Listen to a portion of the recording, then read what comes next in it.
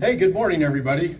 I'm in Harrisburg, Pennsylvania. I had the opportunity to speak to Emerging Leaders Group, and Ian's here. He was one of the members today. Tell us a little bit about your experience. Hi, I'm Ian Baker. I work at West Shore Home, and it was a great lecture today. We learned a lot about how to be a good active listener, which is super important for any manager. And then we also learned a bunch of tips for evaluating process and building new systems, which I really appreciate as someone who has yet to do those. So the thing about West Shore Homes is you have offices now all over the country, right? Oh, absolutely. And so if you can develop those systems, it's going to help immensely as you open new offices and so forth, right? Huge impact, absolutely. Yeah, so let me just tell you a little bit about Vistage.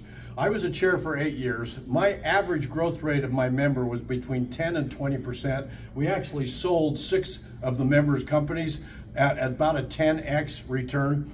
And I'm a speaker. I've been speaking now for about 11 years, 500 times. I also do certified valuation work, and I've helped probably 200 Vistage members in their certified valuation, over 500 companies. But it's a privilege to meet people like Ian and have the opportunity to share this expertise, have good active listening conversations.